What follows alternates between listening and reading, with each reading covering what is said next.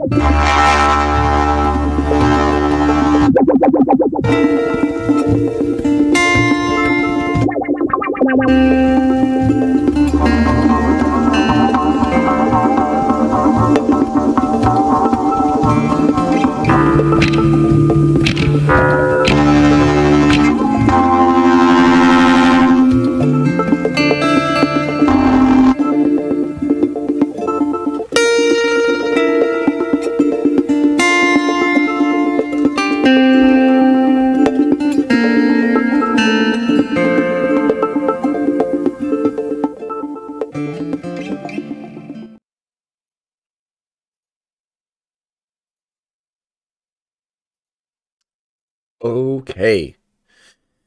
Hello, everyone. Welcome back. Hey, Blue and Sean, would you like to just say hello while things are getting set up?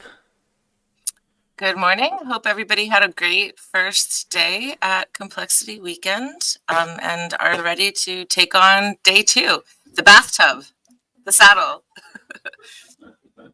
Yep. Blue, what was your experience so far this weekend? How's it been?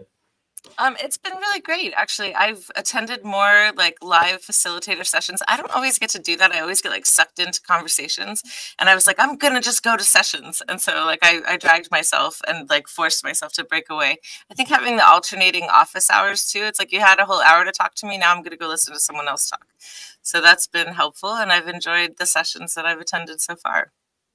Yep, I have a similar experience. I really like the even hour UTC live sessions, odd hour, unstructured time office hours. It's given me also lots more ability to actually attend the live sessions, and the live sessions are transitioning a lot easier. Like some the live session ends and everyone just wants to keep talking, and there's nothing necessarily to jump right into after. So that's really really nice. And I think I've even seen some team seeds kind of form.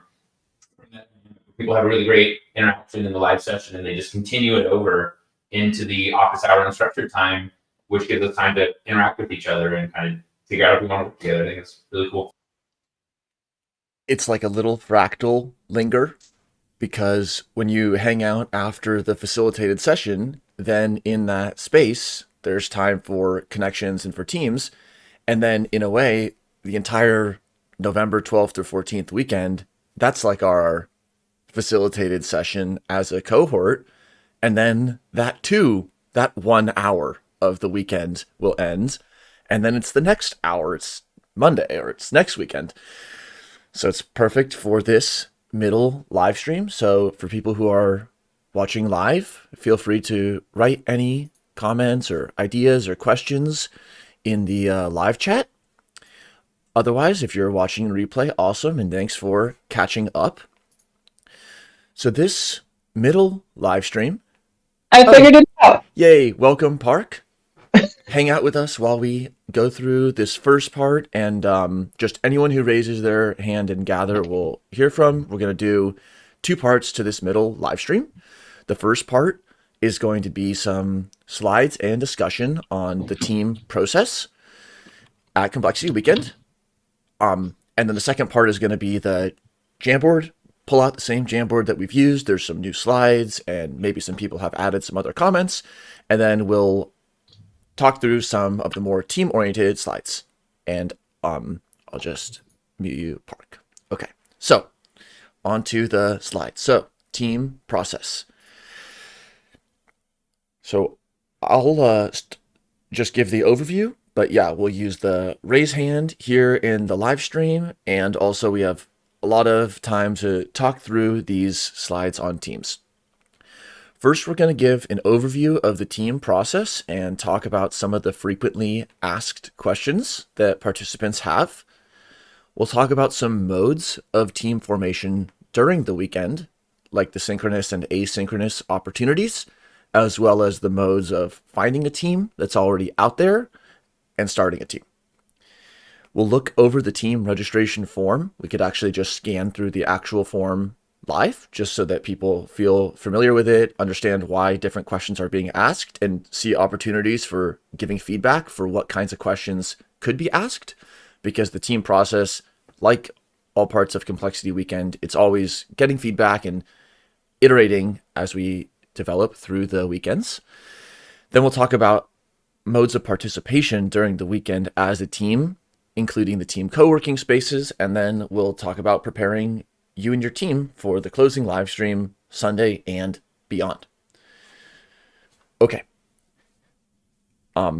Why form teams?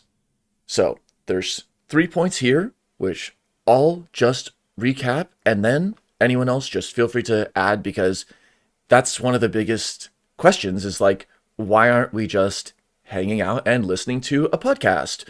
Or why aren't we just a community of shared interest or shared belief? What is a community of practice, and how is that different? What does it mean to be a community with teams in it? First, we learn and apply complexity by doing.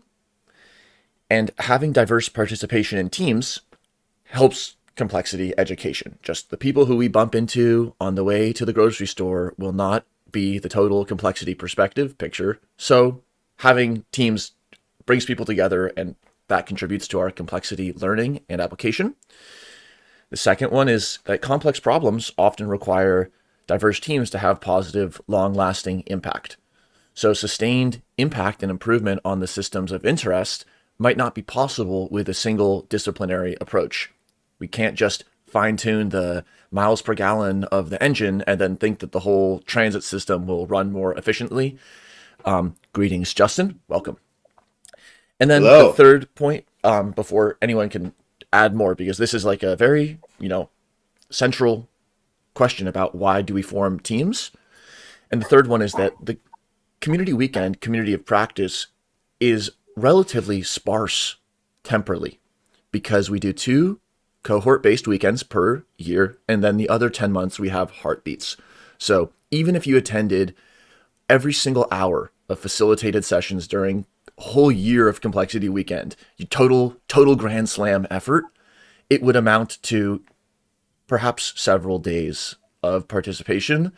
And so how do we think about that as the scaffold for the work that we as individuals and relationships and teams do?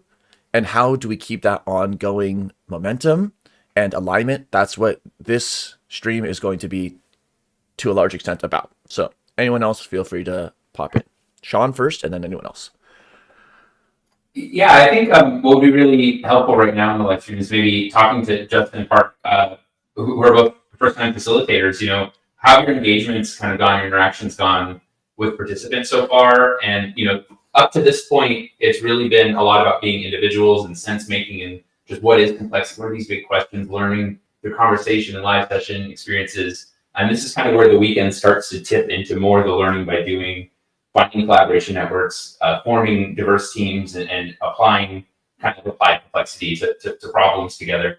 How have those interactions been going, and what kind of early team dynamics have you maybe detected, or Justin or Park, either one, both?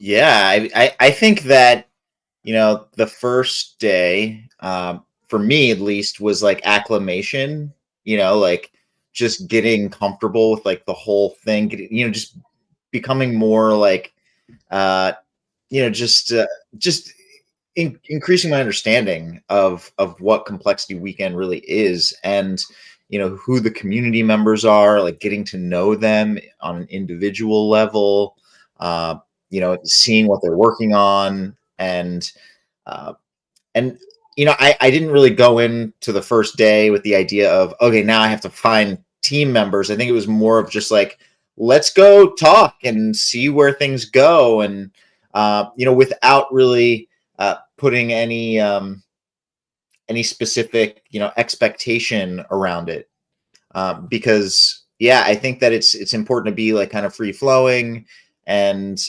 allow this to be semi serendipitous. Thanks, Justin. And Park, if you want to add anything. Yeah, I mean, we immediately jumped into a second sort of like the office hours sort of session, just expanded from what it was that we were talking about. I actually found what was really amazing is that it's actually quite an emotional event.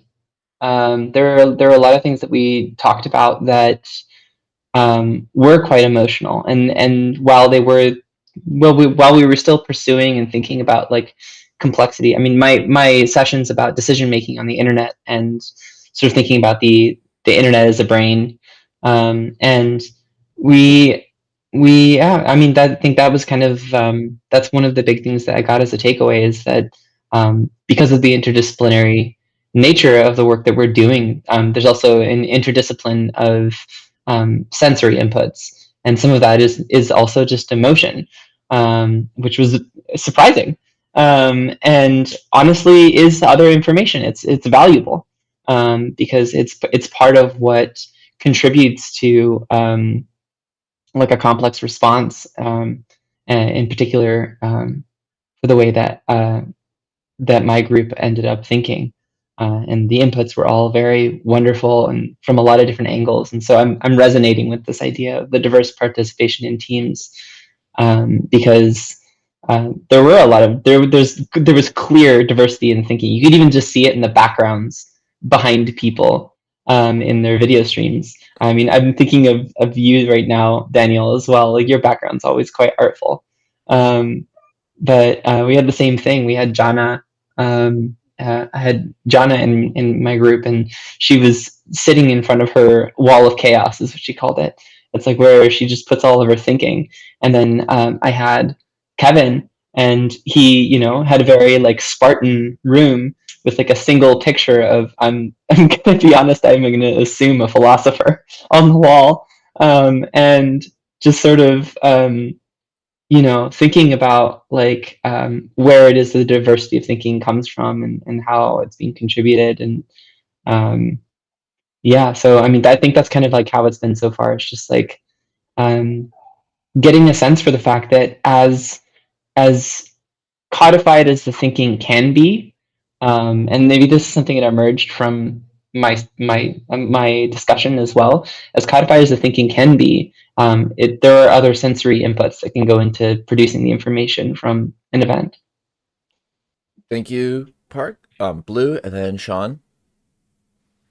So just to add, like to go back to the team idea or discussion, Complexity Weekend itself takes a team of people to organize, to facilitate, to go to the heartbeat events. And so, if you don't end in a team, like we've got committees, we've got the wiki, we've got a lot of other like stuff going on.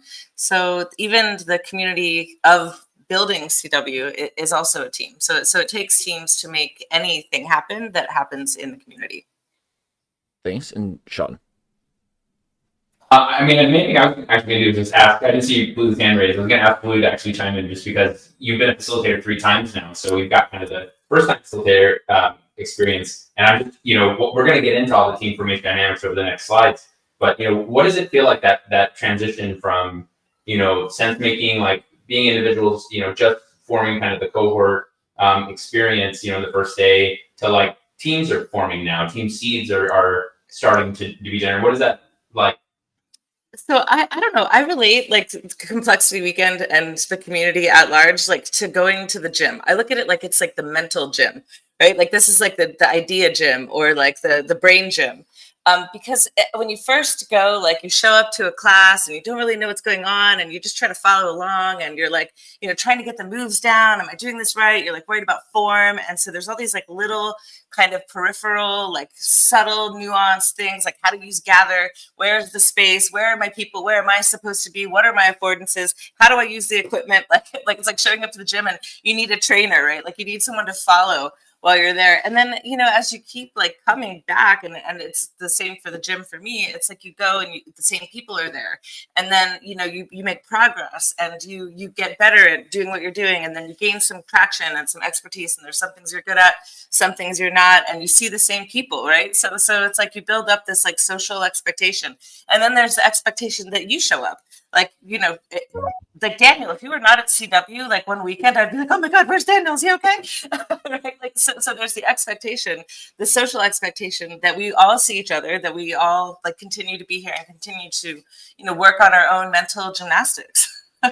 So I don't know. It's like you get into a groove, I think, and all of the little things become like you already know how to do all the tricks, how to use gather, how to use keybase. Like you're operationally functional at all those levels, and so now all that's left is actually the heavy lifting, so to say.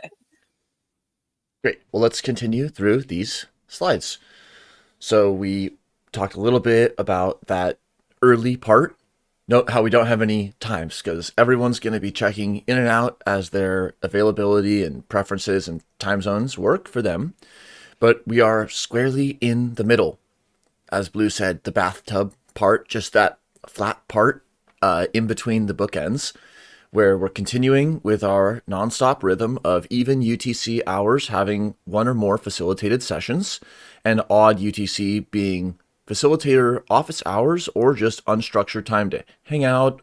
And that's really been a fun change to our schedule. This is really why we bring the team formation discussion to the middle live stream, because there's so much getting a grip in the beginning and making sure that the tools are working as you want them to be and meeting people. So, in the middle, you can be out there wandering with all your tools tuned up and 6 cool people who you talk to. So now you have the incipient crew the networking is start to connect across the cohort.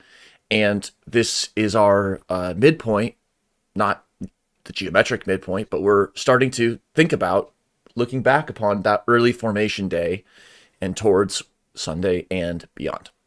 So any comments on the overview? Otherwise, we can continue. I see Blue's hand raised. All right. Yeah, I mean, I think we'll keep advancing the slides, but the important thing is that today is all about identifying team seeds or creating team seeds yourself, or finding one that you might want to join into and form a team.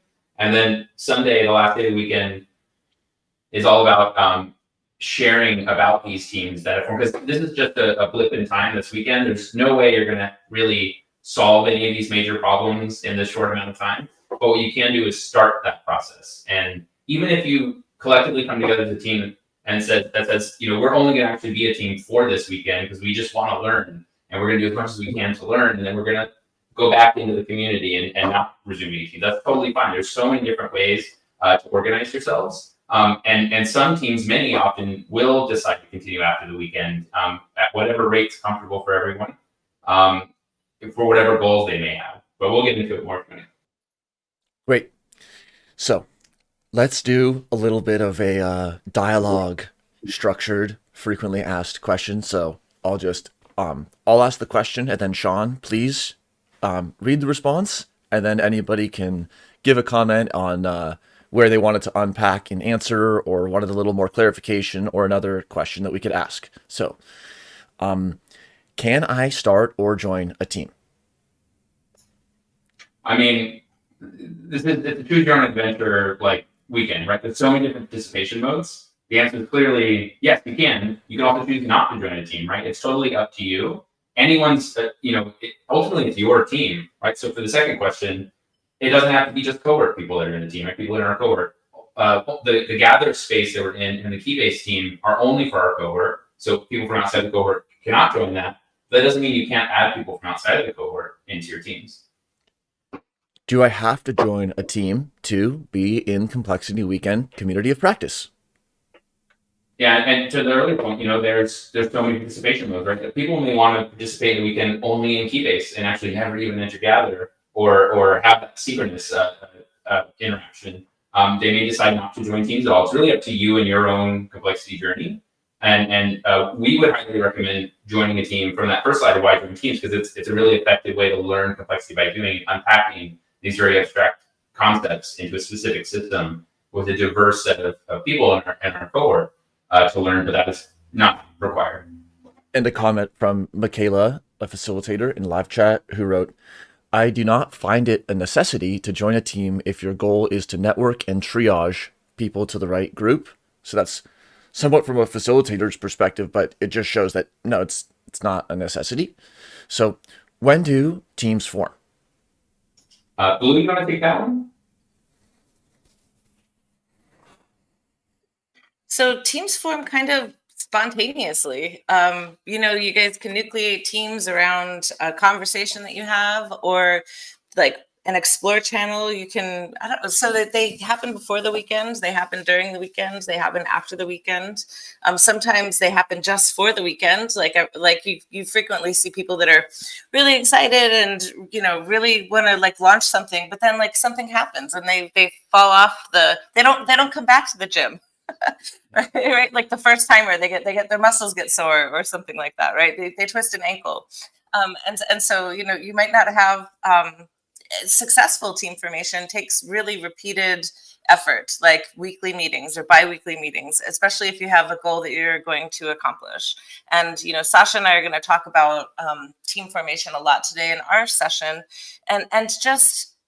It's a delicate process, and it's not easy, and it's complex. Maybe it's a complex system. What makes a team, and really what makes teams stay together and keep doing the work is maintained interest, maintained time. Do we need to continue with our team after the weekend? I think actually. Before giving you that point, the when you team form, I wanted to talk about we're going to get into the team registration form, but I really want to stress that it isn't permanent. Like when you do register a team, like Blue's saying, it's a complex system, and it's actually, a complex adaptive system. It's changing. It's going to evolve over the weekend.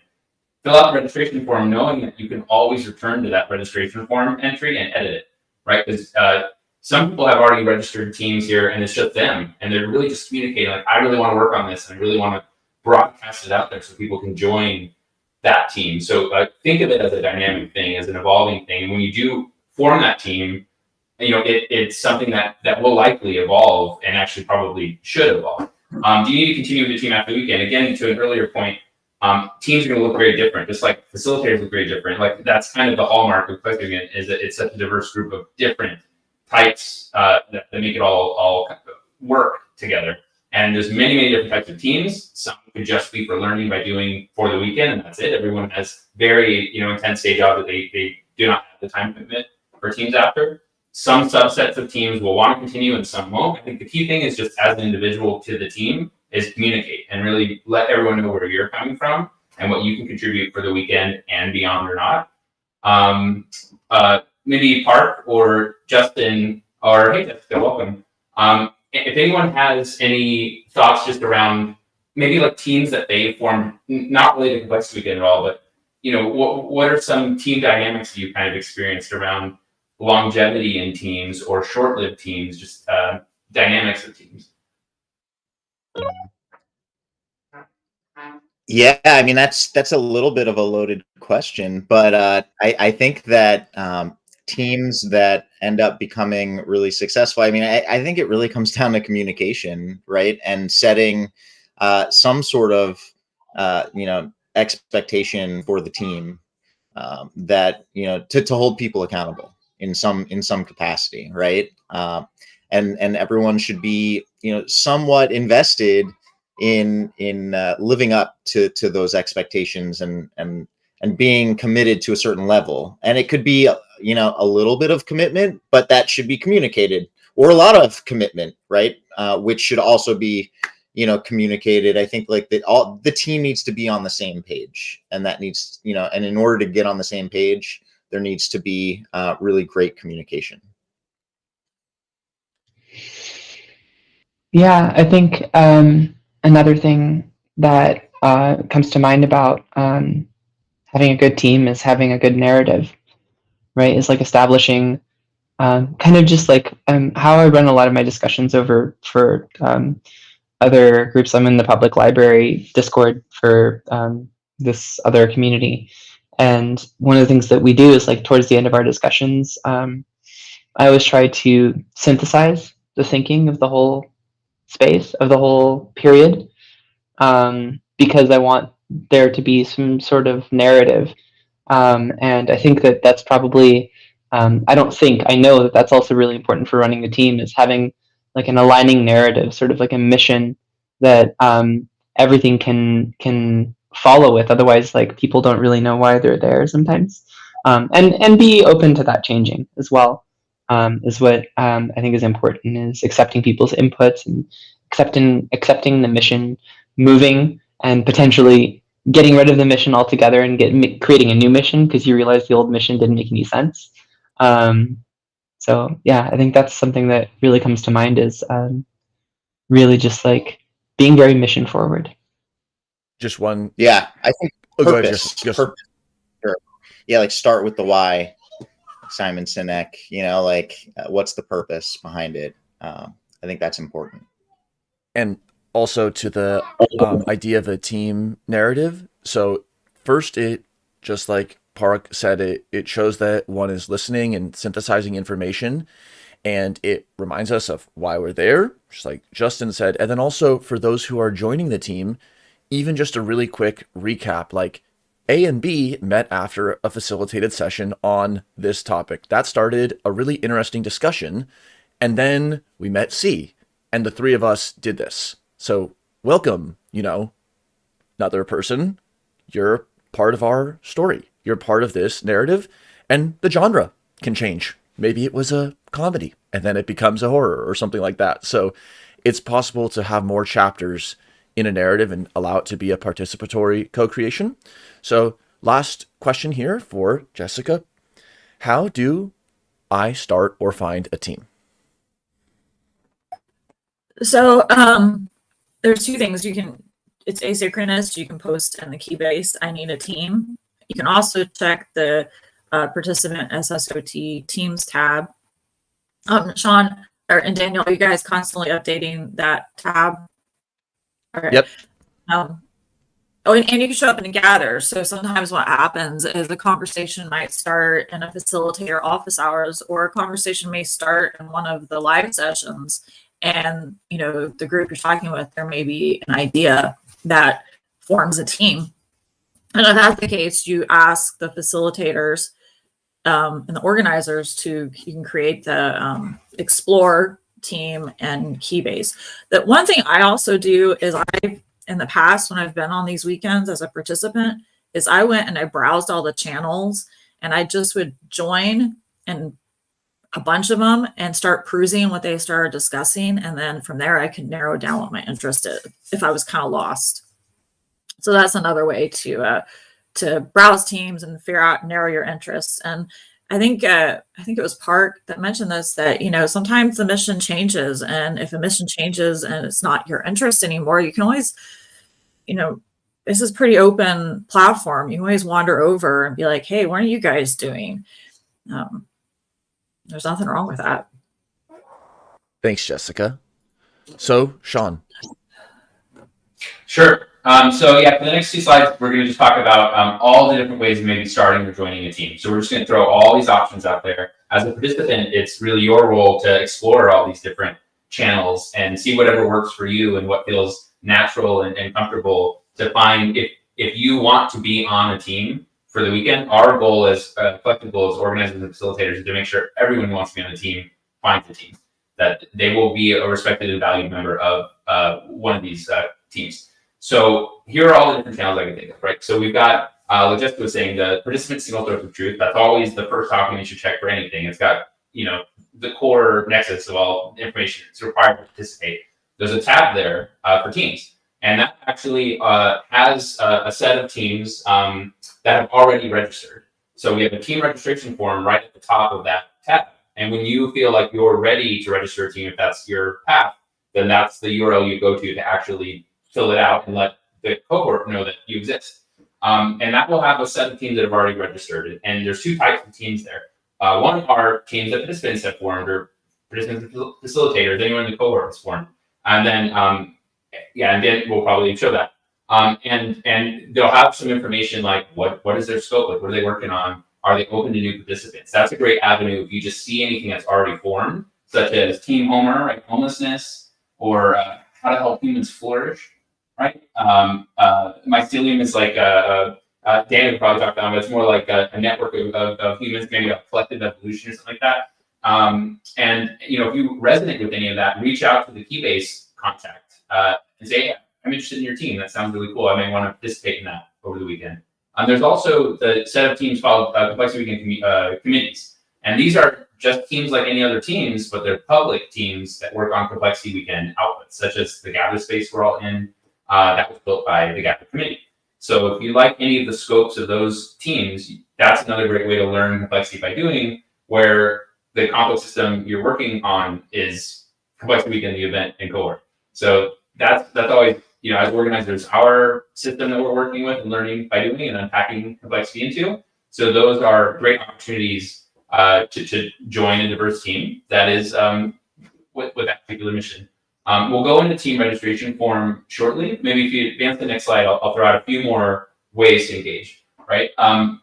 There's the cohort jam board, which we're going to be looking at in the latter part of this middle live stream. And this is our document. It's kind of like our community bulletin board.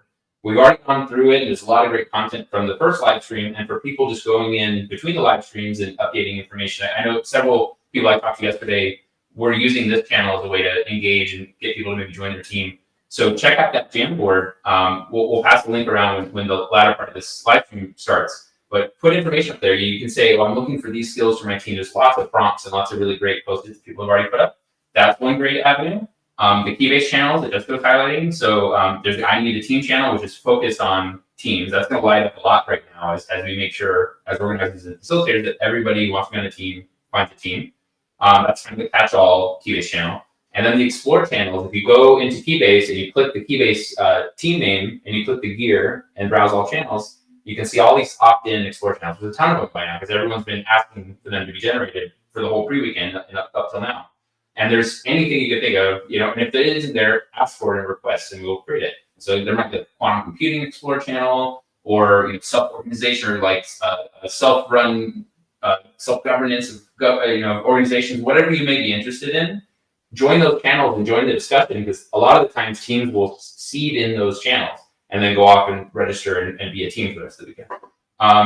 And then just engaging anyone one-on-one on Keybase. If you go to a live session for a facilitator and you really enjoy the discussion and you think you may want them on your team if they're willing to join, or they may direct you somewhere, reach out one-on-one to them on Keybase. That's always a great way and affordance that our cohort has. And then lastly, participating in Gather. I mean, like I think Park was mentioning earlier, it's very organic. Like you'll be, especially with this on-off schedule, you'll be in a live session and then the live session will end. And because the next hour is unstructured time or office hours, if people are really engrossed, they may continue on. And that could be the beginning of a team. So really just showing up and participating is really the best way. And there's lots of different modes and affordances there. Anyone want to comment on the join start team dynamic? Just one thing is that some people bring a very well primed project. They think, I have everything but this, and then as soon as this piece gets plugged in, we're going to just take off, and there's already this is set up for the team. And other times it's almost the opposite. It's like, wow, I'm really having a great conversation with you about this. Let's just meet periodically and see what we can develop here. And it doesn't have to be oriented towards a specific kind of deliverable. There's often a lot to be said for building some trust and some shared understanding before jumping into a specific opportunity, depending on people's availabilities. So, Blue? So just also, like, some people bring a well-primed project, and just like Complexity Weekend needs people to organize it, teams also need organization. And it's helpful if you have those skills to organize a team, and if you really know what it takes, like project management experience, smart sheets, Gantt charts, whatever. Like, people use all kinds of different ways to get things organized. If you have those skills, it's helpful to any team that you're on to step into that role. It doesn't necessarily make you a leader, but it can make you an organizer. So even if you don't want to necessarily spearhead the team, even teams that have, like, a great leader, but maybe someone that doesn't really know how to make things go forward. So just if you have that kind of energy, be sure to volunteer and kind of exert it, because that's kind of what makes it work. Let's talk about participating in Complexity Weekend as a team. So, would anyone else like to take the first pass on this? All right, well, after you've filled out a team registration form or otherwise connected with a team, you are kind of a multi-scale entity / process or thing. You can participate as an individual. You can build on some of those pairwise connections and participate at the dyad scale, like, hey, fun conversation, but I see that Blue's session is starting in 5 minutes. We should head over there together. So that's kind of like participating in Complexity Weekend as a relationship. And then there's participating in Complexity Weekend as a team. So one of the things that is on the registration form is asking if you'd like a team co-working space. And that's to the right of the main room. And the co-working space is fun because your name's on the floor and you can just post and say, whether it's just a message with your team or to the cohort Keybase team, hey, from this time to this time UTC, we're just going to be co-working and chilling, and feel free to drop by if you might like to join. So that can be a really approachable way to have new people join and also progress on what you're working on. And then there's that green call block, which opens a Jitsi window. And so that's one way to get a stakeholder connected early. So I know Sean has been emphasizing that since the beginning, that the earlier that one can reach out and get other stakeholders on connected is helpful for the team. So maybe just before we continue on, Sean, what do you want to say about that? Yeah, I want to highlight that importance, and I think it's one that's historically underutilized. And just to highlight what that is, so if you go up and gather to that green call block, it's an interactive object can gather, which means you can press X to interact with it, like any other object can gather. And when you press X, it'll open up a page that says, "Here's the Jitsi URL. It's unique to your team." And a Jitsi URL is basically Zoom, but in the browser. You don't need a profile to join in. You just go to the URL and boom, you're in a video call. And like we said in the past, only people in our cohort can be in the Gather space or can be in Keybase. But your team needs information from the outside world to really flourish. If you're gonna, for example, you're working on some healthcare solution, it's really great to talk to a nurse, right? Or somebody who has some lived experience with it, because it's so easy to over intellectualize or to have a biased model going into this, that just that one conversation between your team and a real life stakeholder can cut so many assumptions out that may otherwise have sent you down the wrong path. So all you have to do in order to do that is going up and gather with whoever in the team in your team wants to engage in this way. Press X, open the Jitsi, right? And then pass that URL to anyone in the outside world. And if they join that URL, boom, they're in the video call with you giving feedback. And that's something that facilitators can help with too, right? You can grab your own Jitsi URL for your team in your team co-working space and say, Blue, there's the Jitsi URL for the team homelessness, right? The team homer, right? Do you know anyone who may be a good stakeholder to talk to? Can you pass that link to them? And we'll be waiting at this time to receive anyone that you send it to. That's an affordance that hasn't really been used much, but is so key this weekend to just get really novel information that sets you on a good initial position route for your team. Yep. The cohort is not a lifeboat. It's not that we're trying to just shell up. It's part of a broader ecosystem. So that really helps remind us of that. Park? Yeah, I just I wanna understand the purpose of the Jitsi thing here. Just not understand it. I just want to synthesize it, just so I make sure I understand what your intention is here.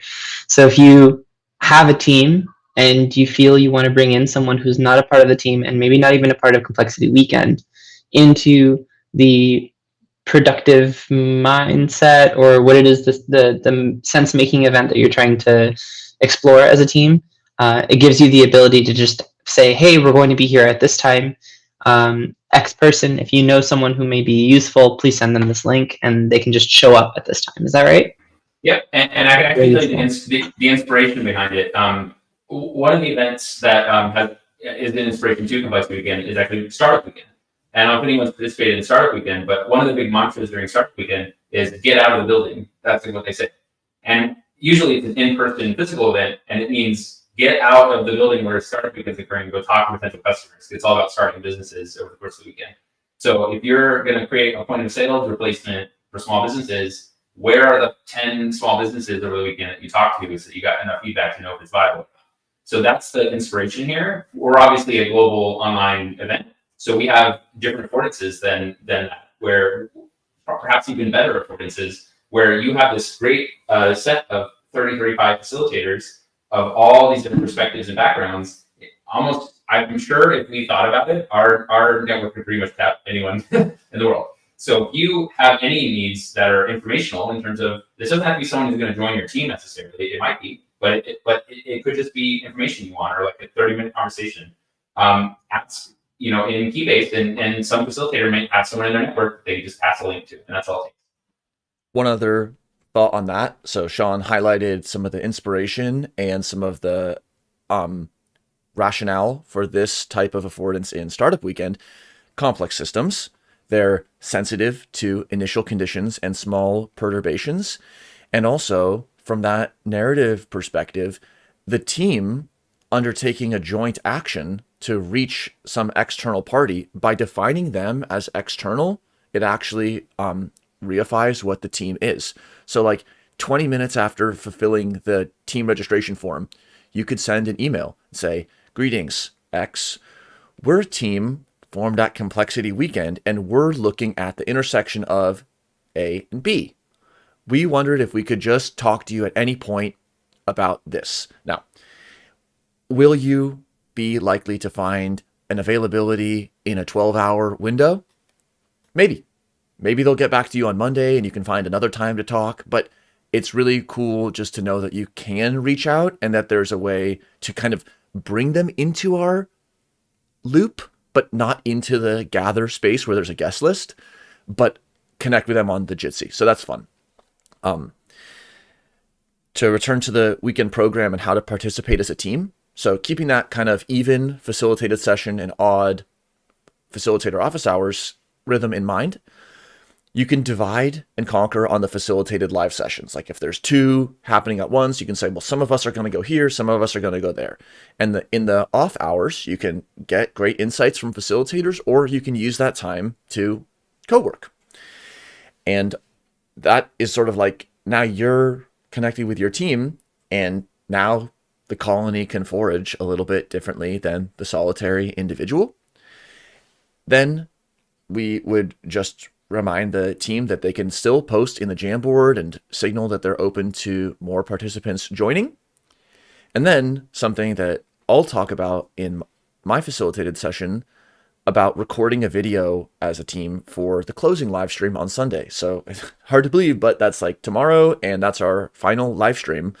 And during that live stream, we like to play 5 to 10 minute recorded videos by teams, or feature them on the live stream. However, having a pre-recorded video, there's no chance of lag or of just somebody who might not want to speak spontaneously on a live stream, which is totally understandable for a presentation. But we'll talk more about that later. In the closing live stream, the teams are encouraged but not required to share. So live streams are public. So again, people can show up however they want. No one is required to be on the live stream or to use video if they don't want to. And it's going to be on Sunday. So just check the schedule, the program. There's some things to avoid and some things to focus on. So there's no need to recount the specifics of what you built or the exact plan for how you're going to solve the problem. What you can focus on and what's important to think about during the weekend, as well as to communicate at the end of it, is your shared purpose, your diverse perspectives, problems defined, feedback gathered, potential approaches, and how you'll continue after the weekend, which is something that we're going to be talking more about in the Jamboard section of this live stream. And then we're basically going to take the total amount of time that we have for that live stream and divide it by however many teams have RSVP'd to communicate on the live stream, and then they'll all have that many minutes to give their presentation. So this is a awesome way to just put a little send off to your team and show what you did over the weekend, which, to be honest, is vast and great. To connect globally, maybe with someone who you didn't know 48 hours ago, and have a new direction and a new excitement, new curiosity, and new opportunities. It's really special. And it doesn't have to be everything. You can just say, we're going to be doing a lot of research and connecting with people more knowledgeable about how to apply this area to that area. And that is already locating you very well within the broader space of the possible. And then, as always, before, during, or after the weekend, Complexity Team Keybase or complexityweekend@gmail.com are there to help you with anything. Anyone, Sean, and then anyone else with a raised hand. I think one thing I just want to highlight is if you record a video or you come up with a presentation or however your team may want to communicate during the Sunday live stream to our cohort, but also publicly, it's a public live stream. It's not just for Sunday. You're not just doing it as a deliverable for Sunday. It's communicating is like a key way for your team to position itself in the world, to broadcast to potential new team members what you're up to and who may want to join, positioning with respect to potential customers or partners or whatever your outcome may be, whether that's business oriented or academic or any of the supplying grants, like anything. Communicating is so key to that, and this is just another exercise in healthy habits as a team to succeed in the world. Yeah, anyone want to talk, I guess, about communication or strategies maybe for the Sunday live stream? Well, just because it's my session, I'll just say that free and simple and very flexible tools are available for recording sound and images on your computer. So it's something that people often wonder about, like how is it possible to crop a section of screen and record it? We'll go over that, and in less than an hour, you'll be able to make some basic kinds of recordings, even see how to live stream, how to introduce live captioning into your videos, which can help with accessibility. So there's a lot of opportunities. I know Justin and others are whizzes with video as well, but this is a really fun and important skill that can help like take a cool conversation and make it something that can be shared. Dan, do you want to go over the team registration form maybe before the slide? We have a little bit of time to go through that. Yeah. So I'm going to go to the participant single source of truth. So here's the front page with all the links. Like here's the slide deck that we're going through right now. Here's the Jamboard that we're going to be using later. And there's the program, which is always where to go if you're curious about timings of activities. Then in the Teams tab, we can see the Complexity Weekend committees and then the cohort teams that have already been entered. And then we'll click on the team registration form and let's look through it. So the first thing to note is that if you fill out the form and signal that your team is open to having participants from the cohort join, so if you say no to this question, we will not share that on the Teams tab, any information on your team. Also, if you don't want to fill out the form, your team just wants to be stealth, that's great, totally fine. If you say yes, though, that you're open to having participants join, you want to be visible and accessible, then some information will be shared, specifically whether you're open, the Keybase username of contact, what question or issue, and just the keywords. So let's go over the questions. So we ask about an email point of contact, a team or project name, all these are editable, and the current people who are on your team. We then ask for some email addresses for whoever might like to be contacted with updates from Complexity Weekend. Just so there's one main email point of contact, but also we will keep multiple people in the loop. Then we ask whether the team would like its name posted above a co-working space in Gather, which we talked about here. Then we ask if your team has a Keybase team. So it's really easy in Keybase to go over to the Teams tab and then create a team and make a unique team name. And then that's a way for you to control who is in that team and also have a ton of sub channels if you want. So it allows you to kind of make your own niche and modify it for the way that your team wants to work going forward. And it's not required to use the tools that we use for the weekend in your team. So if you want to use a different asynchronous and synchronous option, great. Do what works for you. Then we ask whether you're open to having new team members join over the weekend. So could be a yes, could be a no. There's the Keybase username or point of contact. We then ask what question or issue will your team be addressing? And that's actually a discussion opportunity for the team to give a first draft on that. And it can evolve, but this is basically the North Star alignment of the team. Like, wait, why are we doing this instead of anything else we could be doing? Yes, because there's an important issue out there. And actually, this reminds me of what Park said very early about the emotionality. These are not impartial problems we're talking about. Real lives are on the line with supply chain, with power, with climate change. So there is a real system, and that can come through when we talk about why we're addressing the problems that we're addressing. Some optional questions about how complexity informs your team approach. People always ask, like, what does it look like to apply complexity? Who's applying complexity? How do we apply complexity? Well, here's an opportunity to have that discussion and say, we take phase transitions seriously. And so we're thinking about this system as one that could or is or did undergo a phase transition. So our whole perspective is shaped by the complexity idea of a phase transition. Like, that's pretty cool. And that's just one idea in our toolkit. We ask about describing the system or ecosystem that the problem is embedded within. Because if we don't look beyond the problem itself, sometimes we could lend towards single disciplinary solutions. And this reminds me of facilitator Denise and Barb and the what is water and the awareness of systems and how different problems are related. And it's something that has come up, I think, in many sessions and conversations. Providing some keywords or phrases to describe the problem and the stakeholders for the project. And then we ask about whether you'd like to present during the live stream, whether with a video or joining live. And then if you'd like any help with recording, learning how to record, or having us record it for you, then we're there to help you. Finally, we ask about facilitators, whether you're working with any or you'd like to.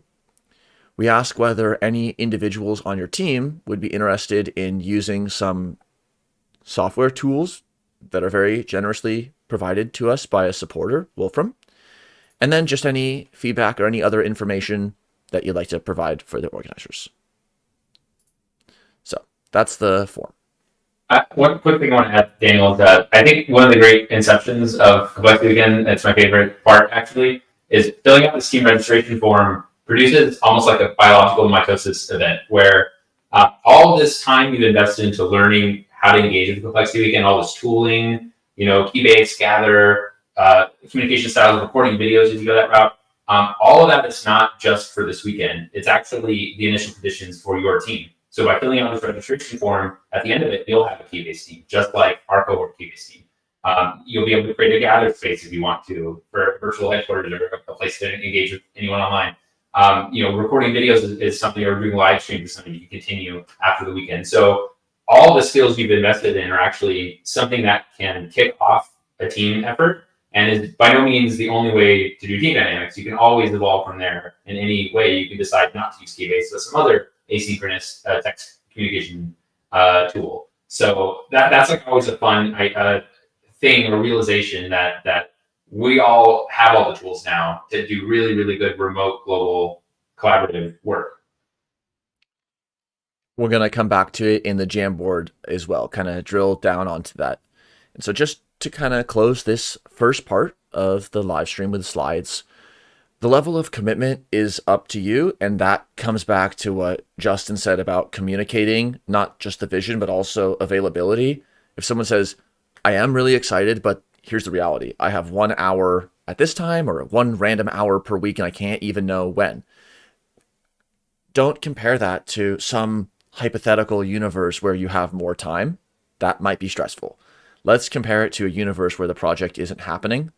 And then we can see any contributions that we make to the project as very special and enabled contributions to something unique. So whether you just want to check in once in a while, or whether someone's life and situation lets them really take the lead and drive the project or conduct it or facilitate it in a way that gets something done over a few weeks or months, which we've seen many times before, that's up to the team. And so we're just laying out the space and some of the conversations that are important to have, but there's no one way to have a team.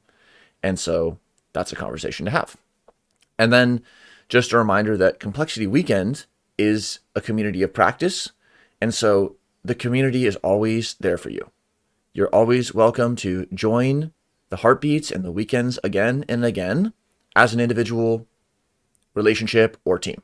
So it's so cool when a whole team RSVPs for a heartbeat and say, one of us is going to give a spotlight talk and the rest of us are going to support them. Or one of our team members is going to be a facilitator at this heartbeat, and the session is going to be on something we're working on because we want to test our approach. We want to see if any participants might want to join the team. There's so many things that you can do when you continue to return to the community with or without the team. And you can do post-mortem on the team. You come back the heartbeat and you just go, look, I don't know what happened. This. And then there's going to be really experienced complexity collaborators who will be able to provide their view, and there'll be complexity beginners who will also importantly contribute their view. So that's what community is about. And Blue, maybe you want to speak to the timing of meeting and goal setting. Of course you give this to me, right? Really, like, timing meetings, Daniel said, like, synchronous, asynchronous. If you're really like set on working on something, you will find time to work on it. So whether it's like, from 11 to midnight every night, like, just stay up and trudge through it. But you have to have that kind of level of commitment. And so with a team, I've met across global time zones, it can be really difficult. So perhaps it's best to schedule like most of your work asynchronously. Like if you're trying to go from New Mexico to Denmark is like really kind of, for some reason, very difficult to arrange meeting times. And there's other times like the Netherlands, and there's other times that are kind of wonky, Australia. So but you can find a time. So just work with your team, commit, do most of your work asynchronously. If you have clearly defined goals and structure, you can limit your synchronous meeting time. But if you have the available time and you're a procrastinator like me, the more meetings you have, the better, because then you tend to, at least I tend to, do all of my work right before the meeting. Like, okay, I'm going to wake up at 4, my meeting's at 9, I'm going to spend the next 5 hours working on the project, and then when I meet at 9, I'll have some outcome. So that's, I think, for me, the best way to work, but everybody's different, and you kind of have to work with your team and the flow of what is going to, work best for all of your group and your members. But really having clearly defined goals, roles, and outcomes is what's going to make it push forward. And yeah, so all of any time that it will work for you guys. And if you can limit your synchronous time and structure it well, then a lot of the work can really be done asynchronously. And the team composition and goals can evolve a lot, which I can speak to, but Park? I was just going to say, I mean, one of the things I'm noticing and have been thinking about a lot in learning about y'all's facilitation method and your way you're putting this together is just how much it applies to the idea of remote teams in work as well. So I want to compliment you all on that, because it's you've given, I think, a lot of people a lot of tools and a lot of thinking of how it is to potentially like things like run a company around some of these tools, because I think that there's a lot of people very stuck in the thinking of using legacy tools that are not really well suited for the conditions that we're in right now, and that frankly are going to continue being our future, right? Like it's undeniable. And so the thing I was gonna say on the coattails of what you said, Blue, was that the asynchronicity question is so fascinating to me, because I do think that such flexible thinking comes out of meetings sometimes, but then what gets lost is you have flexible thinking, but there's no codification. You have a good sense making event, but there's no formal document to align it.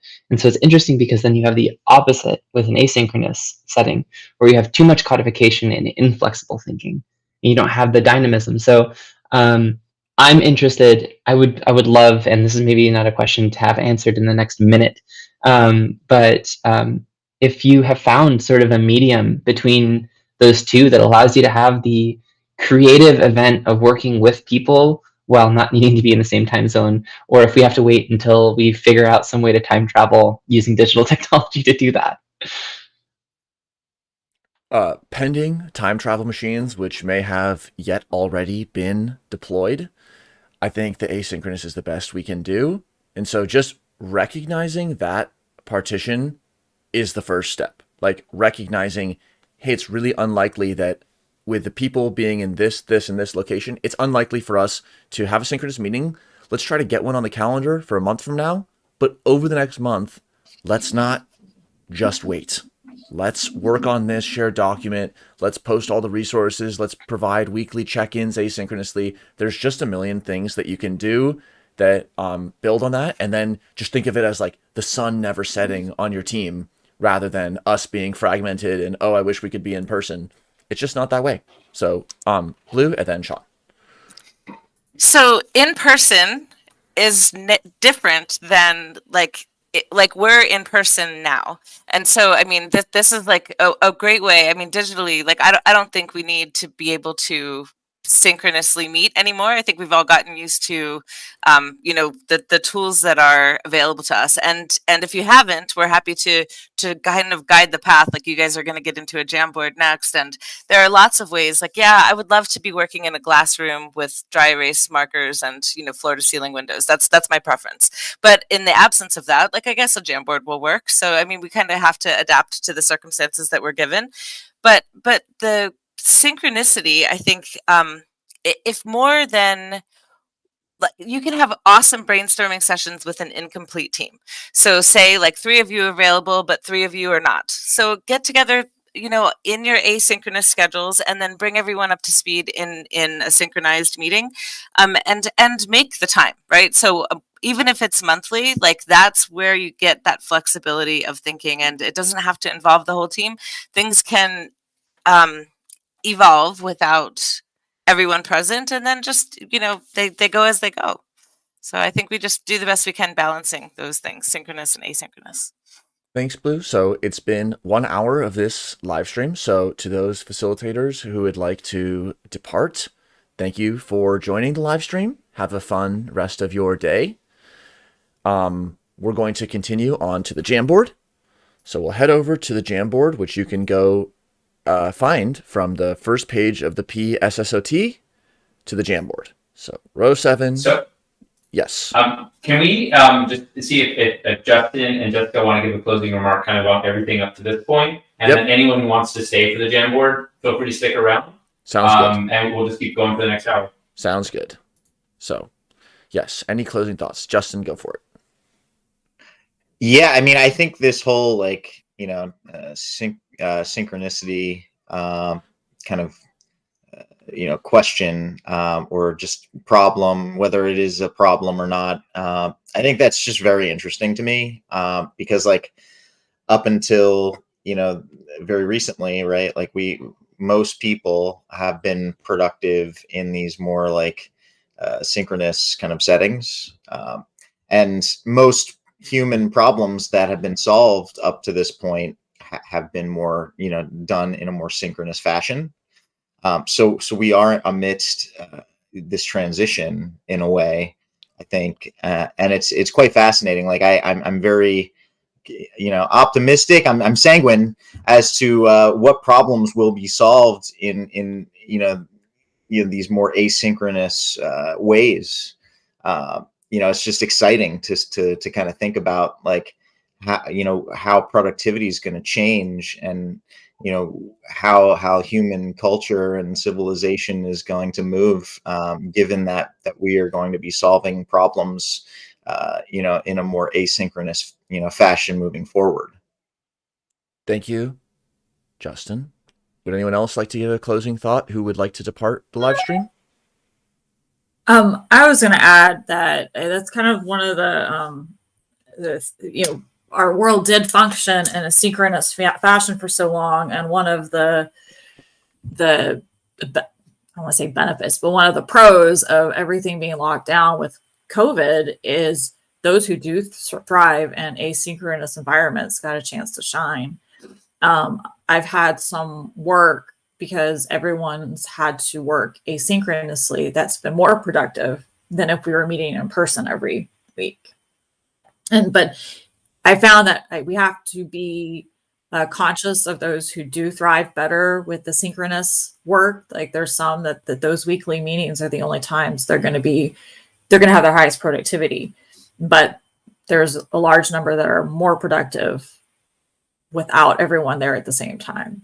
And I feel like it's a benefit. And I think there's been a shift. Justin was mentioning there's a shift. And I don't think we would have this asynchronous environment with Complexity Weekend if we hadn't been in lockdown to the extent we do. Thank you. Would anyone else like to make a departing comment? I think it's good. I think, sorry, go ahead. No, I have to go walk my dog, but I want to see if I can jump in on the Jamboard afterward. Okay? Of course. So I'll see y'all in a little bit. So we'll head to the Jamboard. And as we just remember all the slides that we had looked at previously about the intention, about how we discovered complexity, learning and applying, how those come together. And you can see many people have added more information. We talked about complexity having impact, and we're going to pick up in the team member slide. But actually, I just wanted to give one comment while people are loading up the Jamboard.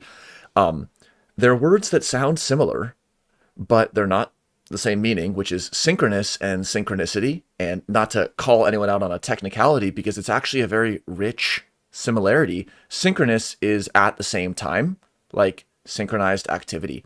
But synchronicity is actually a concept from Jungian psychodynamics.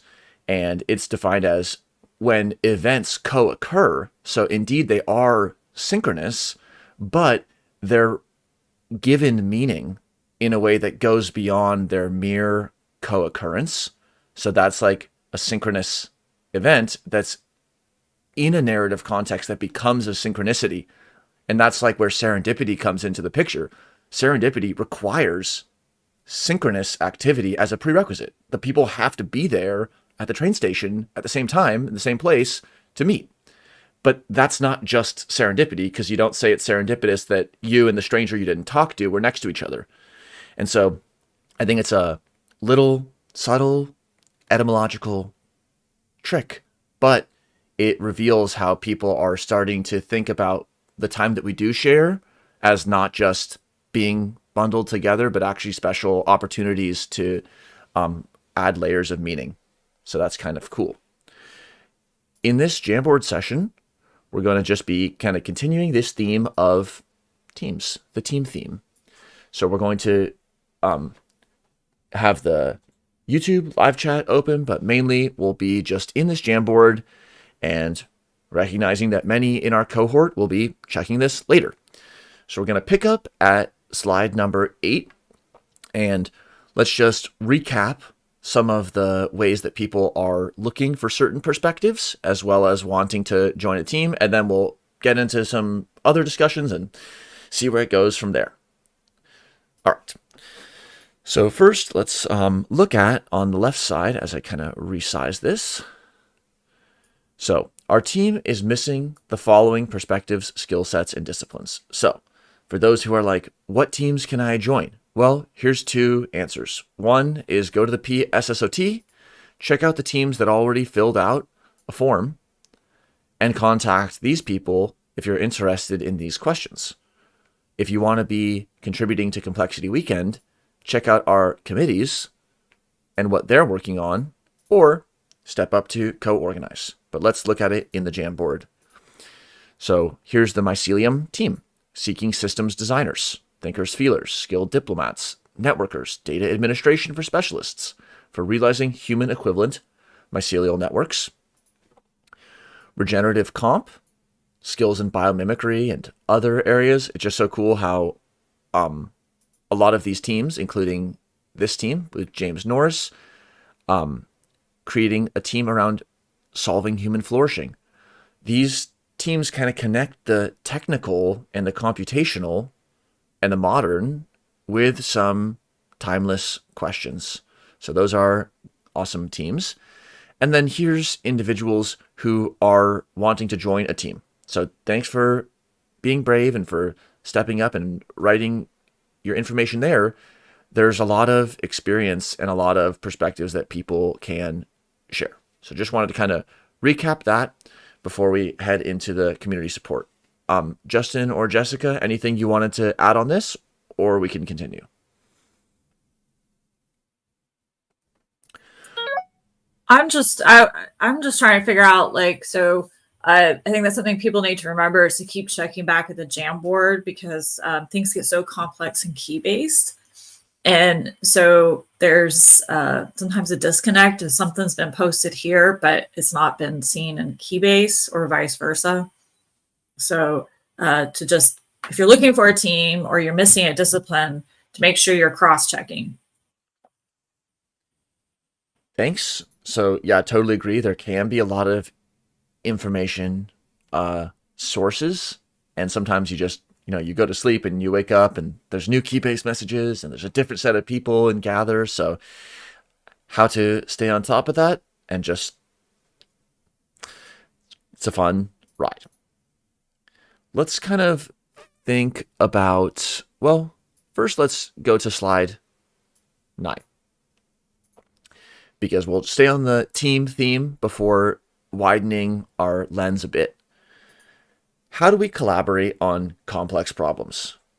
Big canvas and space that people can start to add any comments on as they switch to slide 9. This is sort of the nuts and the bolts of collaboration. And it's something where no one has the final recipe or playbook. And it's a question that we'll be able to return to weekend after weekend. And it's something that just prompting can allow us to share our experiences with what has and hasn't worked on the complex projects that we've been a part of. And then, welcome, Michaela. Thank you for joining. And any facilitator is welcome to just leave or join as they see fit. It's a question that allows us to share our own experiences across areas and think towards the modern and future environment of complex projects. Like Justin, it's such an important point you raised, that human solutions have been based upon synchronous activity. It almost like things like Wikipedia, they're so normal nowadays that it's like, well, yeah, that kind of a digital asynchronous system exists to compile knowledge. But even writing is relatively recent in its mass deployment. And so seeing the big picture and how digital asynchronous work relates to collaboration on complex problems, like the first chapter is just starting. So if anybody wants to just unmute, we'll see it here and be able to, yep, go for Justin. Yeah, no, I agree. I think the internet really largely is enabling people to be more asynchronous. But even like the building of the platforms that enable such asynchronous activity were developed largely in a synchronous kind of way. So that is fascinating. Very interesting point, how one system can actually, in the mode of operating that it knows, can build a system like a little nested one, an intranet, that then becomes a norm when it spreads beyond that. That's a very interesting point. So let's look at some of these comments that people are writing. So, think of unintended consequences of your solutions or approaches. Will it provide positive benefits through deep time? One talk that I remember hearing about microfinance by Professor Matt Jackson, who's an economics professor at Stanford, was about how they looked at villages that had deployed microfinance lending or not. And they did a very holistic assessment of the social and some of the cultural measurables in the village and the social network and people's behavior. And it turned out that there were some things that improved and there were some things that actually did not improve, because there had been a community economic network that people helped each other out in. And the microloans temporarily alleviated some of that. However, it was questionable whether that actually left the village and the network in a better place than it had been.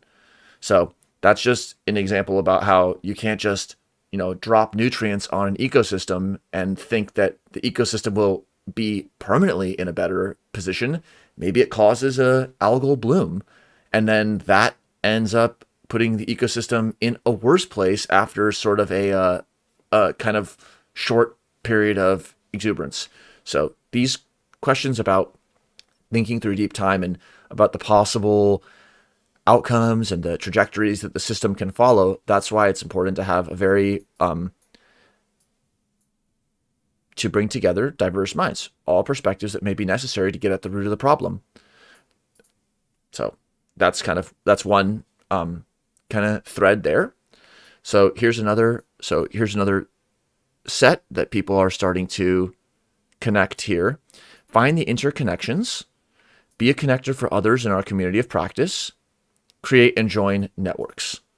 So networks are a big topic in complexity, and these grouped notes are kind of like maybe when we just connect things, connect ideas or connect people, we might be, whether we know it or not, collaborating on a complex project.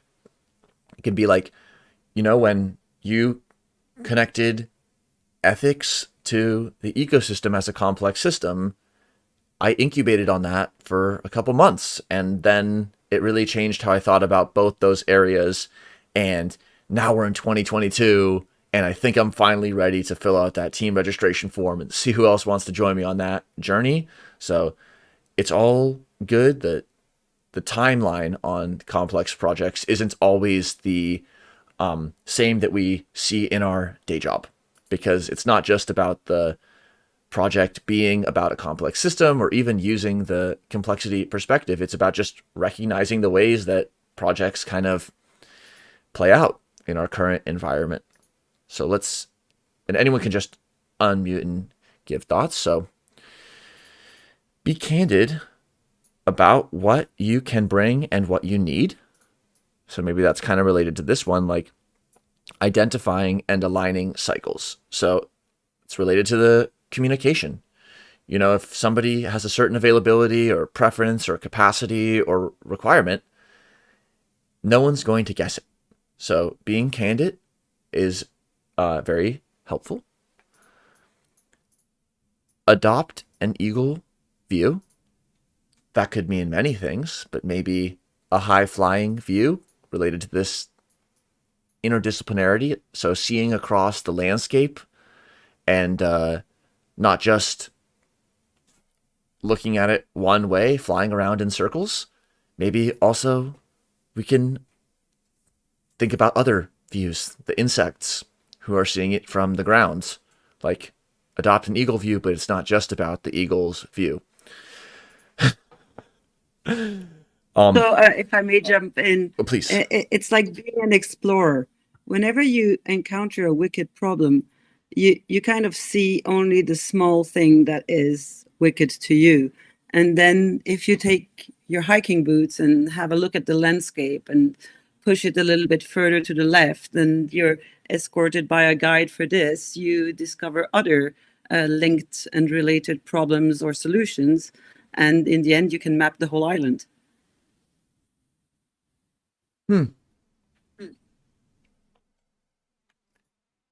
Interesting. I think there's the mapping of the island, and then there's, what if one person wants to turn it into a resort and the other wants it to be a refuge for butterflies, and the other has this estimate about where the sea level is going to be in 100 years, and the other has this estimate. Like, that's where the collaboration part comes into play. It's the activity and the team orientation. It's not just how do we think and feel the same way about complex systems. That's an important question too. But in a way, it's very different from asking how we collaborate on the projects. Like, people can collaborate on a bridge physically and have different narratives of what the bridge is doing or why it's being there. Someone says, I'm just showing up. Someone says, this is really vital for this community. So people can have different understandings when they're shared in their working.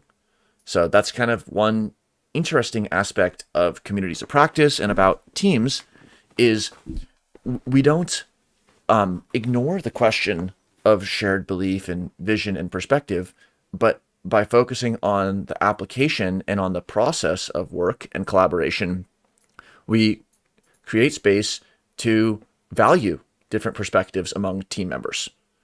That's related to what someone just put here. Find the disagreements and explore them respectfully. Yeah, definitely related to being candid, because disagreeing with somebody who maybe you just met or maybe you've known them for a long time, it's never easy to say, thanks for sharing. However, I really have to disagree with what you just said. Use the I messages and things like that. But it's those disagreements that can generate friction that warms the team. And it's a tension that might be resolved. Maybe somebody updates their model to a better or a different way of thinking, or maybe that disagreement or contrast is maintained and space is held for that. For example, I've worked on projects where maybe some people saw that it was part of a bigger direction towards technology having some role in the world. And I saw disagreement amongst the team members in the implications of the project.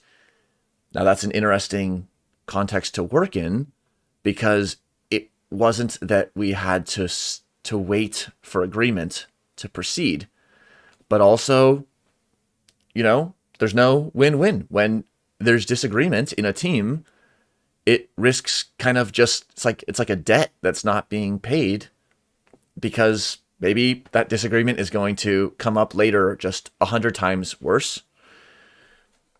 Converge and emerge. So, Jessica? Can I add something about disagreements? Yes, of course. So something, sometimes you said, sometimes it's just going to be there and to be in the space. Sometimes take a more, I think, and it doesn't always work this way, take a more mindful direction with it. And sometimes if a project's going, let's say you wanting to build a model and you disagree on how the model, some cases people will just leave because they don't want to be a part of that because they disagree. But sometimes staying in and embracing that disagreement and embracing the uncomfortableness of it, you might learn something that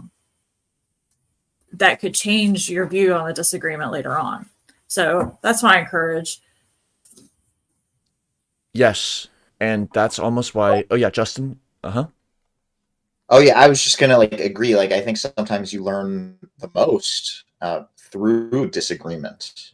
Some of the most important lessons are to be learned, via disagreement. Yes, and that's why trust and showing up for each other and having a shared desire for the team to be coherent and consistent, that is what gives us kind of that wiggle room or flexibility to hold the disagreement. Because if the team is built around how we conceptually agree, then this is like a lethal blow. But if the team is built around addressing a shared problem, then maybe the fact that one person wants to go this way and the other wants to go that way, that's like, let's do both. Let's forage on both trails. Or what would be the minimum step we could take on each direction to start to see whose approach might be preferable? Or maybe we're going to find out that they're both important to do simultaneously. Justin? Yeah, I mean, I think that's part of healthy debate as well. It's it's teasing out all of the differences, and trying to find to view these problems from all these various perspectives too, right? Because everyone is coming in from all these different kind of disciplines, all these different backgrounds. So it can be tough, right? To because one person's view of it might be at odds with another person's, and it's how do you find the common ground? How do you figure out what that solution is amidst maybe some of these different views? Thanks. Cool. So collect on group level personal strengths to solve personal weaknesses, e.g., a person with deep understanding of subject matter collaborates with someone strong in methods. So I'm going to kind of connect that to the converge and emerge. So it's like we converge when we have those the synchronicity experiences. When we converge and there's a gathering, maybe in gather, we come together. And then there's emergence because there's something happening. It's not just 3 people in 3 separate gather rooms. You know, it's like 3 lanes on a highway. But when 3 people are together, you get the 3-body problem. You get the double pendulum. You get all these cool complexity outcomes. And then emerge can be thought of like multiple ways. There's that one sense of emergence, just where the behavior is unpredictable or different from the behavior of the subunits alone. And then there's like emerging like a larva or emerging from a movie theater and you kind of go out into the sunlight. Like that convergence that you have, it will end. That conversation will end, even if only for a quick break or for a week or for longer. And so the individuals emerge back into their behavioral flow. And that's part of the emergence of the team. Is we're going to synchronize during this conversation, maybe to discuss what are our availabilities and what are our capacities? How is the puzzle going to come together? What can one person contribute? This person is totally just learning about complexity, but they have a lot of experience with spreadsheets and with project management. And so they're just going to be really good at trying to learn and keep that eagle eye view. And that might scaffold somebody who is a subject matter expert in a really important way. So that convergence and that candid conversation about, well, this is what I do like to do, and this is what I don't like to do, and I have this much time per week, that candid conversation and the alignment of cycles can lead to the emergence of a team. And also maybe there's some new outcomes as well. So that's fun comments. Bring in curiosity and humility. Ask questions like the Socratic method. So there's asking questions, came up earlier on when it was about how people came to complexity. And I won't go over to it, but people did say, a lot of people were saying just, I got here because of asking questions. And it's like, you don't have to stop. Asking questions is still a really awesome way to collaborate and contribute to complex problems. What do you think, Michaela? I think questions are the best way to further problems or solutions.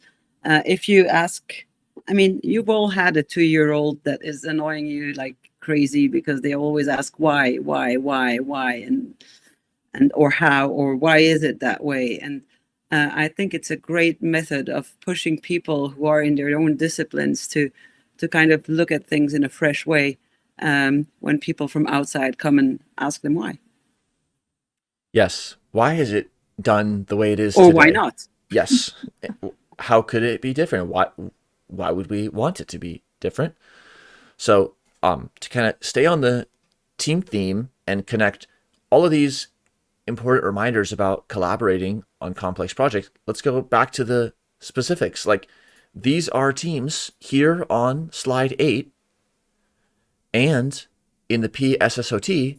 These are teams that are really being accessible and they want you to participate if you are interested. So that's kind of the general stuff about collaboration, but here's the teams and the people who are looking for a team. And so that's always important to kind of really recognize and acknowledge these people on both sides of the table who are putting it out there. They're being brave by saying that they're looking for a team member or that they want to join a team. And so Kai in the live chat wrote, friction is how bone creates resilience. Holding the best of two opposites in a special spatial arrangement to allow for toughness, strength, and resilience. So a lot to be said about the way that mild stress can provide growth. Like in zero gravity, strong bones will not appear. But of course, there's loads that will not allow healthy bones to develop either. So maybe how do we identify that kind of zone of optimal stress or optimal challenge, the zone of optimal learning for individuals and teams when we are looking at big problems, talking about big ideas? We're not going to solve it in 30 minutes on this live stream, but I'd love to hear anyone's thoughts because that's something that we probably all face every day. Yeah, I think this goes into, this is very related to getting to a flow state, right? Because you don't want to be like at a point where you know everything that you're doing to where it's boring, right? Because that's not the optimal. There's no stress there, right? It's just it's boring. You know it, and you're not learning. But you also don't want to be working on something that that is too new and difficult, because then it's really hard to get into a flow state. You need that perfect kind of like middle point where you are able to be very productive, and because a certain amount, you have a certain amount of knowledge, but you also don't want to be bored, because that then it gets really impossible to get into a flow state. It gets mundane. And I think this also like goes back to like happiness as well. Like people that tend to get into flow states on a regular basis are happier humans.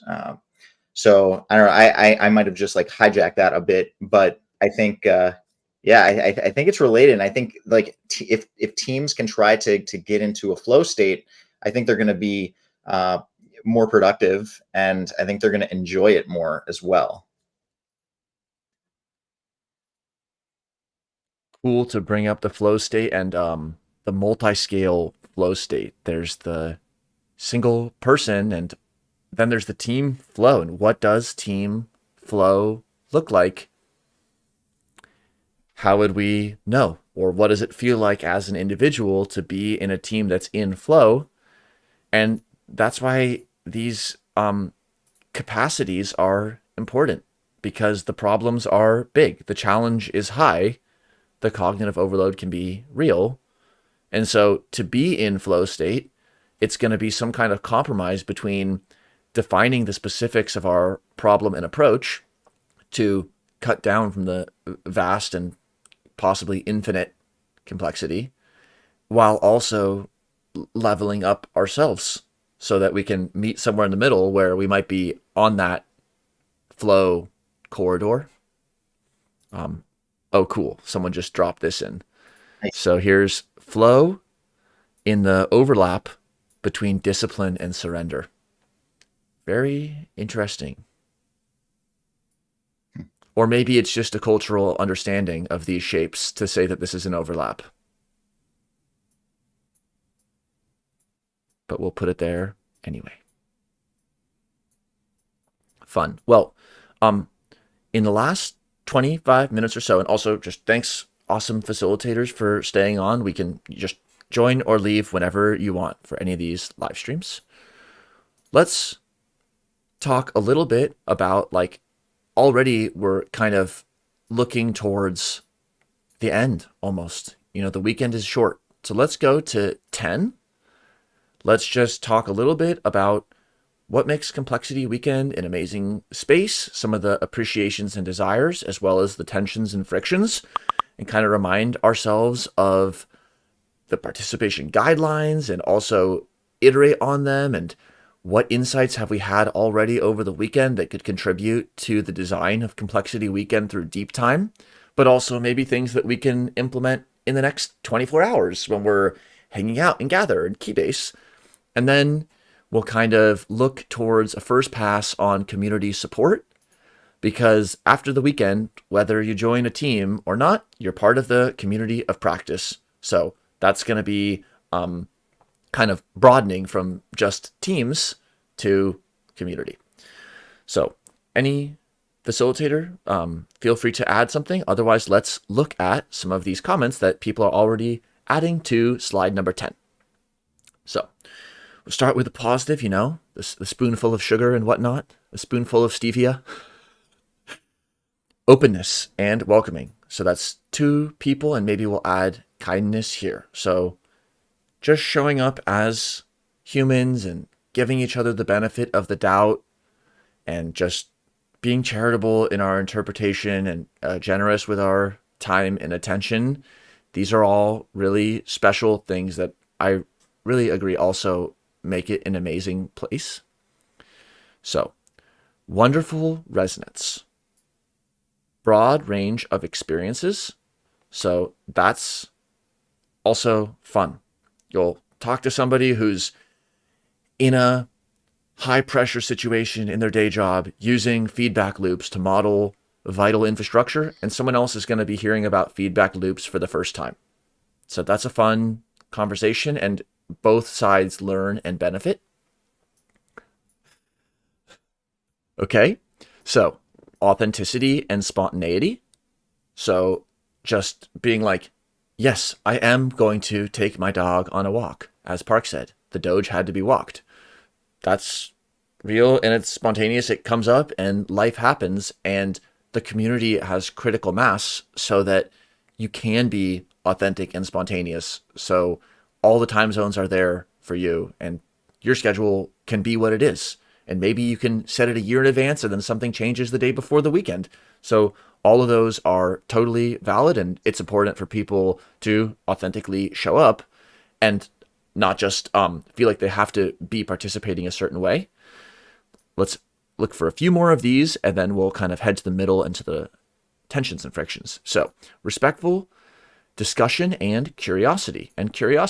So curiosity is what allows the cat to live, because that's us being curious about the ideas. That's why we all love complexity, being curious about how we could apply complexity, asking questions. I mean, I feel like a third of the sentences end with a question mark, because we're asking a lot of questions, and then we can always go, we're not going to finish this weekend. We're not going to even finish it this week. So how will we be able to work amidst that? So that's kind of cool. Okay. Some Hotel California memes in the center. You can check out anytime you want, but you can never leave.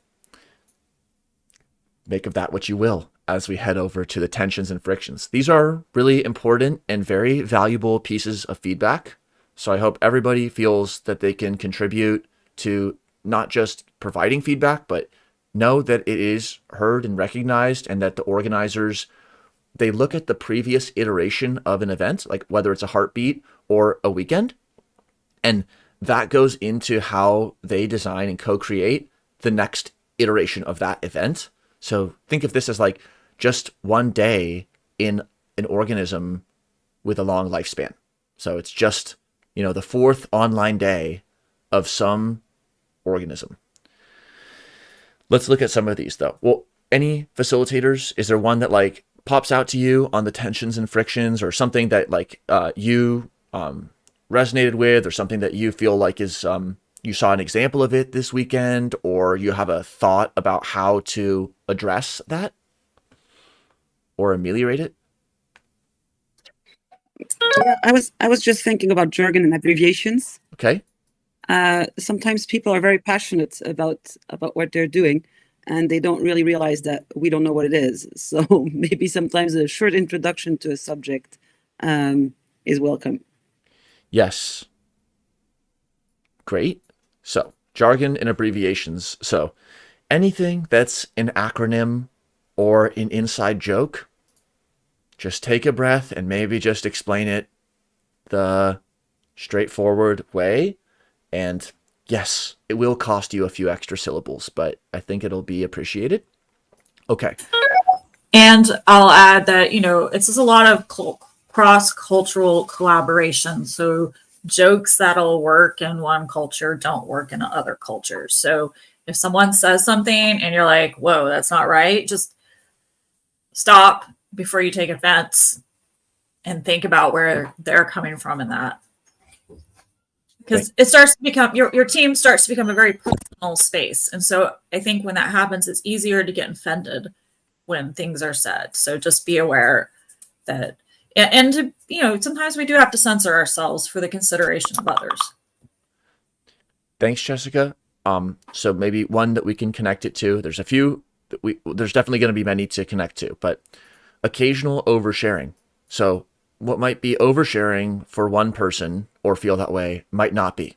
So that oversharing is constantly negotiated and reinterpreted, because we are just meeting each other. But like, to be honest, I really feel like close and like I could share something, even though it's like, I look down, it's like, we're live streaming, but anything can come out when we speak. So being very mindful of that. And like, some people might want to talk about biosecurity in their region. Other people might not. Some people might want to talk about the economy.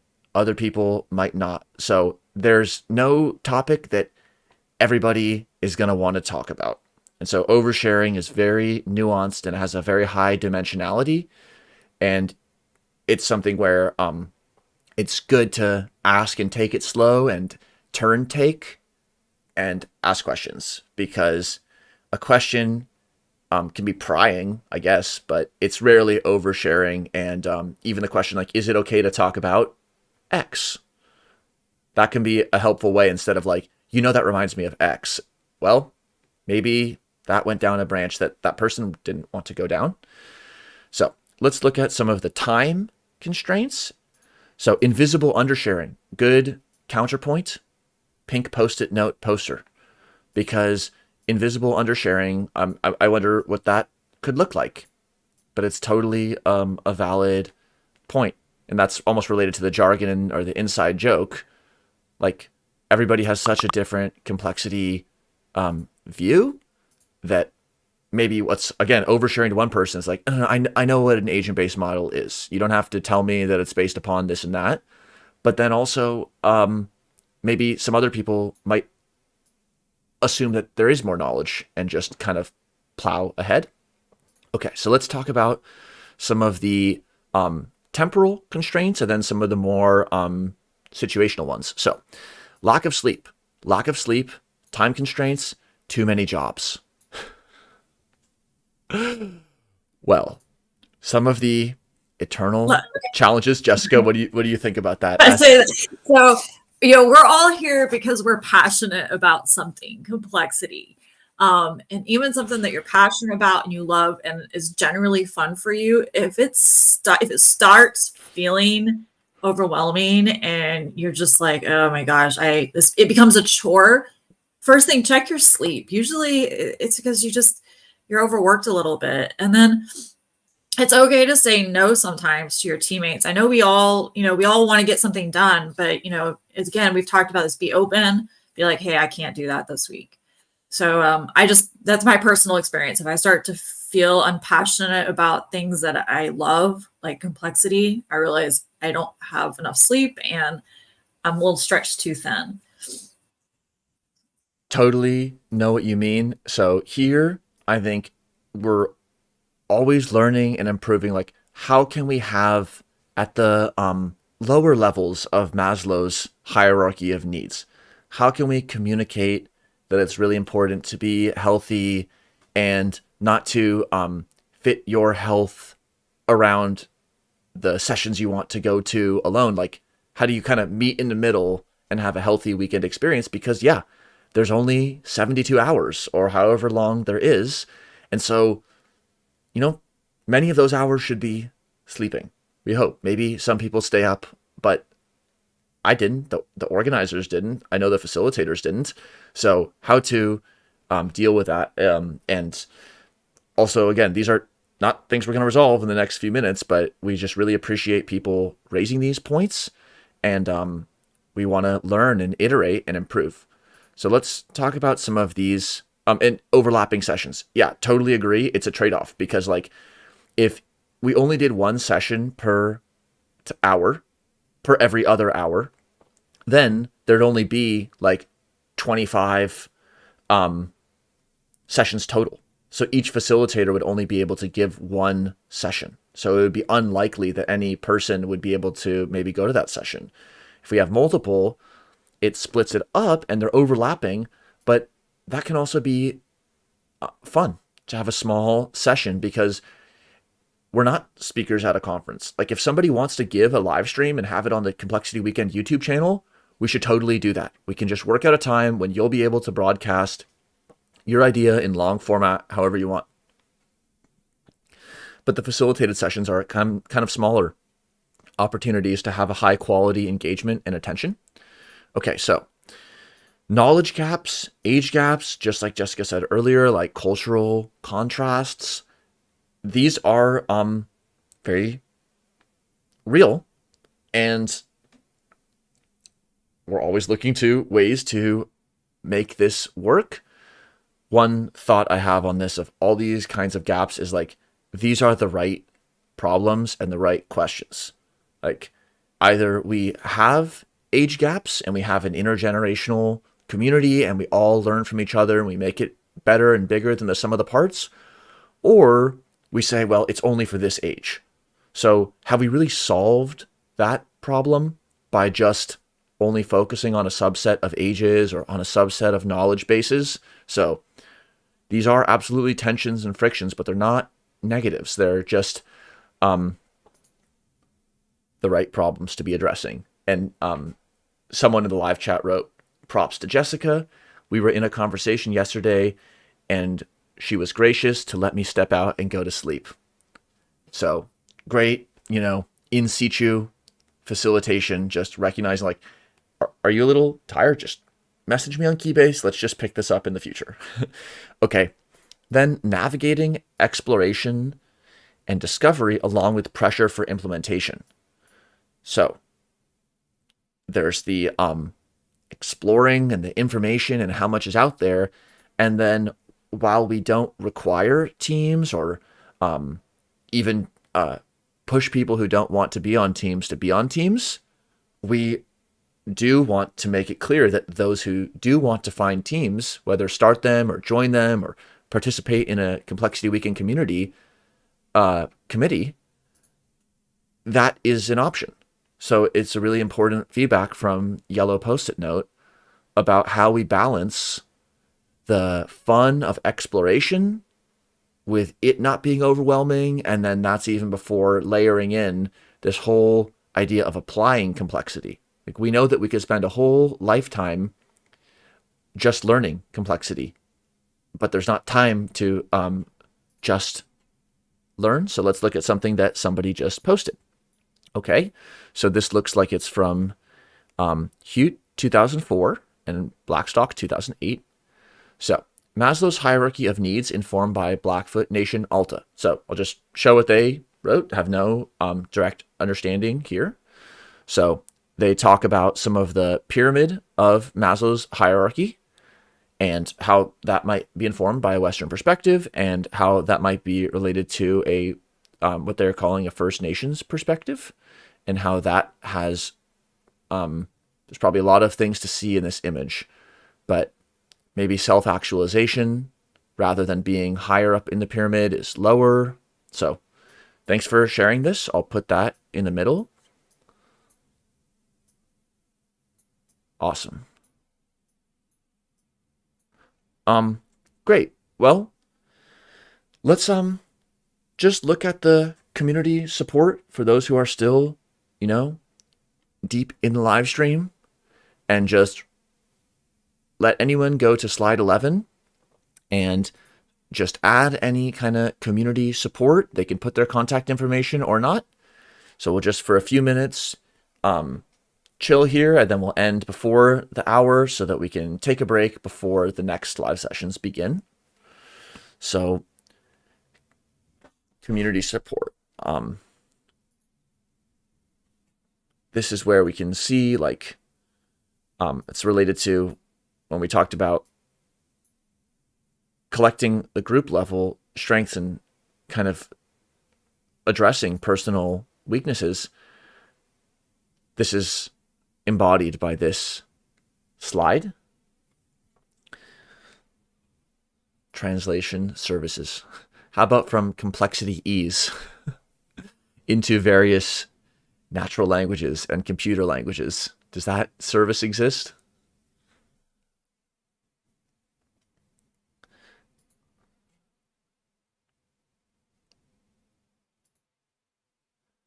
This is also just a reminder, there's 15 or however many people watching live at this time, but it's rewatchable and you'll be able to jump back to this Jamboard for anybody who wants to follow up on one of these post-it notes that they see or add more. That's what's going to be cool about asynchronous work. And also it's kind of the fun of complexity. It's all happening at once. When somebody buys a cup of coffee, there's something chemical happening, there's something physiological happening, economic, social. That's part of the challenge of complexity, is that it opens us up to thinking about how interrelated systems are. And then what do? Well, at least one answer is just be candid with what we're looking for in and from the community, and then what we're looking to give to the community or individuals within the community.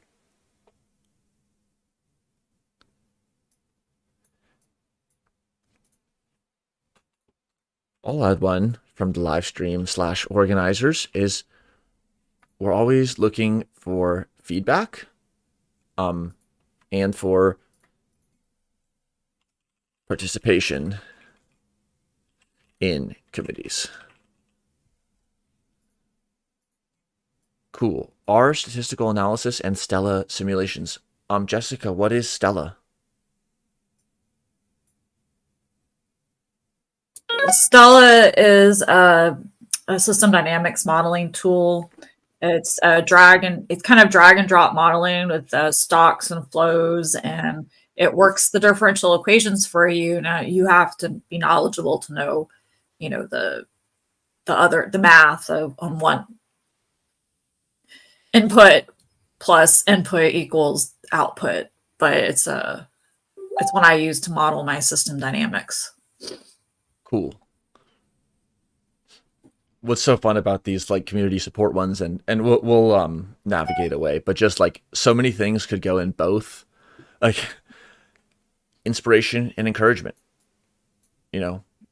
I'm sure there are those on both sides here, and you're in the right place to intersect. So I'll let people continue to work on the Jamboard. Again, always return to it. We're going to come back to it during each of the live streams, but let's just close with a little recap on the PSSOT, and then we're going to head back into Gather. So just a reminder that the first page of the PSSOT has all the links that you'll need.